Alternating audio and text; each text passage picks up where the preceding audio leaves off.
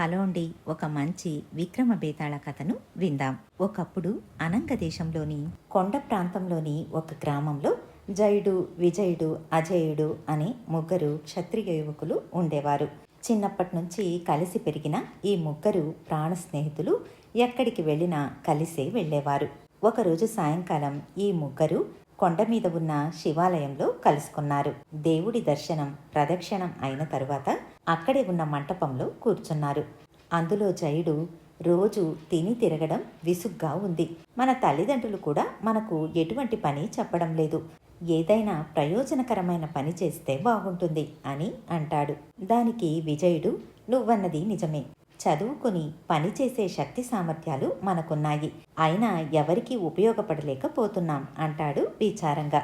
ఇంతలో అజయుడు, త్వరలోనే మనకు పెళ్ళిళ్ళు కూడా అవుతాయి. అప్పుడు ఇలా తిరిగే స్వేచ్ఛ కూడా ఉండదు.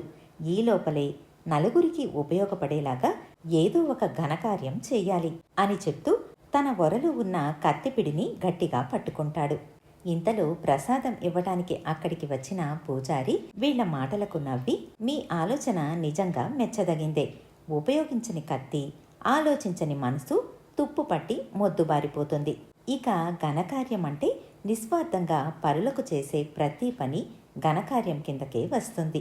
ఈ దగ్గరలో ఉన్న అడవిలో ఒక పులి విచ్చలవిడిగా తిరుగుతూ గొర్రెలను, మేకలను ఎత్తుకుపోతోంది. కాపలాదారులు హడలిపోతున్నారు. మీరు ఎలాగో మంచి పని చెయ్యాలని అనుకుంటున్నారు కాబట్టి సాహసం చేసి ఆ పులిని చంపి గ్రామానికి మేలు చెయ్యండి అని చెబుతాడు. పులిని చంపటానికి ఏమాత్రం సాహసం కావాలి? కంటపడితే బ్రహ్మరాక్షసుడినైనా ముక్కలుగా నరకగలం అని ముగ్గురు ఏకకంఠంతో చెప్పి అక్కడి నుంచి బయలుదేరుతారు. మరుసటి రోజే పనిలో దిగాలని నిర్ణయించుకుంటారు. ముగ్గురు సూర్యోదయానికన్నా ముందుగా అడవి లోపలికి వెళతారు. మధ్యాహ్నం వరకు అడవిలో తిరిగి తిరిగి అలసిపోయారే కానీ పులి మాత్రం వాళ్లకు కనిపించలేదు. ముగ్గురికి నిరాశ ఎదురవుతుంది. అక్కడ దొరికిన చెట్ల ఫలాలు తిని సెలయేటి నీళ్లు తాగారు. ఇంతలో దగ్గర కొండ గుహలో నుంచి ఎవరో ప్రాణాపాయంలో ఉన్నట్లు ఆర్తనాదం వినిపించింది. పులి ఏ జంతువునో కాకుండా మనిషినే తినబోతోంది అని అనుకుంటూ కత్తులు తీసి ఆ దిక్కుకి పరిగెత్తారు. అయితే వాళ్ళు గుహను చేరుకునేటప్పటికీ ఒక పెద్ద సర్పం పడగ విప్పి బుస కొడుతూ గుహలో నుంచి బయటికి వచ్చింది. ఒకేసారి ముగ్గురు తమ కత్తులతో దాన్ని కొట్టారు. సర్పం 3 ముక్కలుగా తెగిపోయింది. గుహ నుంచి మనిషి మూలుగు వినిపించింది. ముగ్గురు పరిగెత్తుకుంటూ లోపలికి వెళతారు. అక్కడ మసక చీకటిలో మధ్య వయస్కుడైన సాధువు ఒకడు చావు బతుకుల మధ్యలో కనిపించాడు. అతడి వద్దకు వెళ్ళి, ఎవరు స్వామి మీరు? ఈ గ్రామంలో కొండ గుహల్లో ఒక సాధువు ఉన్నట్టు ఇంతవరకు మాకు తెలియదే అంటాడు జయుడు ఆశ్చర్యంగా. చివరి ప్రాణంతో కొట్టాడుతున్న సాధువు వాళ్లతో, ఏం చెప్పమంటావు బాబు? హిమాలయాల్లో ఉన్న నేను దురాశతో ఇంత దూరం తెచ్చుకున్నాను. సాధువుగా జీవిస్తున్న నేను మహారాజు అవ్వాలి అన్న స్వార్థంతో మా గురువు వద్ద ఉన్న 3 మహిమగల ఉంగరాలను దొంగలించి ఇక్కడికి పారిపోయి వచ్చాను. ఇంతలో కాలసర్పం నన్ను కాటు వేసింది. మరణించే ముందు ఈ ఉంగరాలను మీకిస్తున్నాను. ఇందులో ఒకటి ఎర్రరాయి ఉంగరం.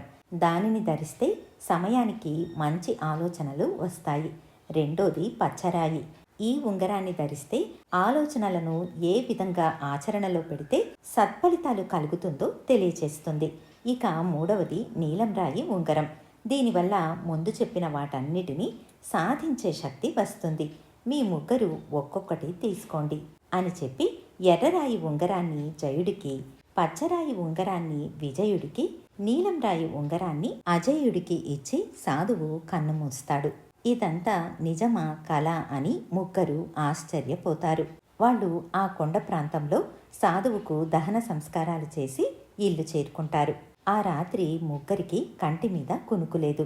ఈ ఉంగరాలు తమ దగ్గర ఉండటం కన్నా రాజు దగ్గర ఉంటే దేశానికి ప్రయోజనం కలుగుతుందని అనుకుంటారు. ఇంట్లో వాళ్లకు తెలిస్తే వాటిని రాజుకు కానుకగా ఇవ్వటానికి ఒప్పుకోరు. అలా ఆలోచించిన ముగ్గురు కాస్త సమయం తేడాతో ఒకరి తర్వాత ఒకరు గుర్రాల మీద రాజును కలుసుకోవటానికి రాజధాని నగరానికి బయలుదేరుతారు. ముందుగా జయుడు రాజును కలుసుకుని, రాజా, నా దగ్గర ఒక అద్భుతమైన ఉంగరం ఉంది. దానిని ధరిస్తే దేశం అభివృద్ధి చెందటానికి అవసరమైన ఆలోచనలు రావటానికి దోహదం చేస్తుంది. ఈ ఉంగరం నాలాంటి సామాన్యుడి వద్ద ఉండటం కన్నా మీ దగ్గర ఉంటే ప్రజలకు, రాజ్యానికి మేలు జరుగుతుంది. కాబట్టి దీనిని మీకు కానుకగా ఇవ్వాలని వచ్చాను అని చెప్పి ఉంగరాన్ని రాజుకు ఇస్తాడు. ఇంత విలువైన కానుకను ఇచ్చినందుకు రాజు ఎంతో సంతోషించి కొన్నాళ్ల పాటు నువ్వు నా అతిథిగా ఉండు అని చెబుతాడు. కొద్దిసేపటికి విజయుడు వచ్చి తన వద్ద ఉన్న ఉంగరాన్ని రాజుకిస్తూ, రాజా, ఇది మహిమగల ఉంగరం. దీనివల్ల మీకు వచ్చే మంచి ఆలోచనల్ని ఏ విధంగా ఆచరణలో పెడితే మంచి ఫలితాలను ఇస్తుందో తెలియచేస్తుంది. ఈ ఉంగరం మీ వద్ద ఉంటే ప్రజలకు ఎంతో మేలు జరుగుతుంది అని చెబుతాడు. రాజు సంతోషించి విజయుణ్ణి కూడా కొన్నాళ్ల పాటు తనకు అతిథిగా ఉండమని చెబుతాడు. ఆ తరువాత అజేయుడు వచ్చి తన దగ్గర ఉన్న నీలం రంగు ఉంగరాన్ని రాజుకు ఇచ్చి, రాజా, ఈ అద్భుత ఉంగరం ధరిస్తే ప్రజల క్షేమం కోసం వచ్చే ఆలోచనల్ని ఆచరణలో పెట్టగల శక్తి సామర్థ్యాలు కలుగుతాయి అని చెబుతాడు. రాజుకు మిగిలిన 2 ఉంగరాల కన్నా ఈ ఉంగరం ఎంతో అద్భుతమైనదని అనిపిస్తుంది. అతడు అజేయుణ్ణి కూడా కొన్ని రోజులు తనకు అతిథిగా ఉండమని చెబుతాడు. రాజుకు పెళ్ళీడుకొచ్చిన ఒక్కగానొక్క కూతురు ఉంది. ఆమె వివాహం జరిపించి అల్లుడికి పట్టాభిషేకం చేయాలన్న ఆలోచనలో ఉన్నాడు. అయితే యువరాణికి ఏ రాజపు యువరాజు కూడా నచ్చలేదు. ఏ యువరాజు గురించి అడిగినా చూస్తుంటే వాళ్ళు నాకన్నా నా ద్వారా వచ్చే ఈ రాజ్యం మీదే కన్ను వేసినట్టు అనిపిస్తోంది. నా పెళ్ళి నాకు నచ్చిన వాడితోనే కాకుండా రాజ్యాన్ని ప్రేమించేవాడితో జరగాలి అంటూ పెళ్లిని వాయిదా వేస్తూనే ఉంది. ఆ రోజు సాయంత్రం రాజు 3 ఉంగరాలను తీసుకుని తన కూతురు అంతఃపురానికి వెళతాడు. 3 ఉంగరాలు యువరానికి చూపించి దాని మహిమను వివరించి, చూడు తల్లి, ఈ 3 ఉంగరాలు నాకు 3 యువకులు తెచ్చి ఇచ్చారు. 3 మంచి అందగాళ్ళు, తెలివైన వాళ్ళు, సాహసవంతులు, అన్నిటికీ మించి స్వార్థం లేనివాళ్లు. ఈ ఉంగరాలను నాకు కానుకగా ఇచ్చారు అని చెబుతాడు. దానికి యువరాణి, ఇంతకు ముందే 3 ఉద్యానవనంలో తిరుగుతూ ఉంటే చూశాను అని అంటుంది. దానికి రాజు, 3 యోగ్యులు, మన దేశ క్షేమం కోరేవారు. వాళ్ళిచ్చిన ఉంగరాలను వాళ్లకే ఇచ్చేయాలని అనుకుంటున్నాను. వాళ్లలో నీకు ఇష్టమైన యువకుణ్ణి పెళ్లాడితే నాకు మనశ్శాంతిగా ఉంటుంది అని అంటాడు. అప్పుడు యువరాణి, వాళ్ల అభిప్రాయం కూడా తెలుసుకోవాలి కదా అని అంటుంది. యువరాణి ఈ పెళ్లికి ఒప్పుకున్నందుకు రాజు ఎంతో పొంగిపోయి, ముందుగా నీ అభిప్రాయం ఏంటో చెప్పు. ఆ 3 నువ్వు ఎవరిని పెళ్లి చేసుకోవాలని అనుకుంటున్నావు అని అడుగుతాడు.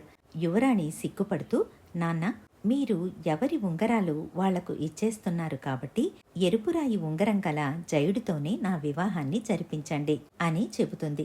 రాజు ఇంకేమీ ప్రశ్నలు అడగకుండా కష్టతరంగా మారిన తన కుమార్తె వివాహ సమస్య ఇలా పరిష్కారం అయినందుకు ఎంతో సంతోషించి జయుడితో ఆమె వివాహాన్ని జరిపిస్తాడు. ఆ తరువాత అతణ్ణి రాజుగా పట్టాభిషిక్తుణ్ణి చేస్తాడు. జయుడు రాజు అవ్వగానే విజయుణ్ణి మంత్రిగాను, అజేయుణ్ణి సేనాధిపతిగాను నియమిస్తాడు. బేతాళుడు కథ చెప్పి, రాజా, నాదొక సందేహం. పెళ్లి విషయంలో తాను జాగ్రత్తగా ఆలోచించి నిర్ణయం తీసుకున్నట్లుగా కనిపించిన యువరాణి జయుణ్ణి పెళ్లి చేసుకోవడం అవివేకంగా లేదా? వేరే దేశపు యువరాజులందరూ తన రాజ్యం కోసం చూస్తున్నారని వాళ్లను నిరాకరించి జయుడితో వివాహం ఎందుకు అంగీకరించింది? అతడికి సింహాసనం మీద ఆశ లేదని రుజువేంటి? ఒకవేళ ఆ 3 ఒకరిని పెళ్లాడాలంటే కోరిన ప్రతీదీ సాధించే శక్తిగల నీలపురాయి ఉంగరం కల అజేయుణ్ణి కదా పెళ్లి చేసుకోవాలి. అలా కాకుండా జయుణ్ణి ఎందుకు పెళ్లి చేసుకుంది? ఈ సందేహాలకు సమాధానం తెలిసి చెప్పకపోతే నీ తల 1000 ముక్కలవుతుంది అని అంటాడు. దానికి విక్రమార్కుడు, సాధువు తమకు కానుకగా ఇచ్చిన మహిమగల ఉంగరాలను ఎప్పుడైతే రాజుకు ఇవ్వాలని అనుకున్నారో అప్పుడే ఆ 3 నిస్వార్థపరులని తెలుస్తోంది. ఇదే విషయాన్ని యువరాణి కూడా గ్రహించి వాళ్లకు ధనకాంక్ష కాని రాజ్యకాంక్ష కాదని లేదని తెలుసుకుంది. ఇక వాటి మహిమల గురించి ఆలోచించాల్సి వస్తే పచ్చరాయి ఉంగరం ఒకరికి వచ్చిన ఆలోచనలను ఎప్పుడు ఆచరణలో పెట్టాలో తెలుపుతుంది. అలాగే నీలపురాయి ఉంగరం వాటిని సాధించే శక్తిని ఇస్తుంది. అయితే ఈ 2 ఉంగరాలకు ప్రేరణనిచ్చే మూలశక్తి ఎరుపు రంగు ఉంగరంలో ఉంది. ఆ ఉంగరం జయుడి వద్ద ఉండడం వల్ల యువరాణి జయుణ్ణి వరించింది. ఇదే విషయాన్ని జయుడు కూడా గ్రహించాడు.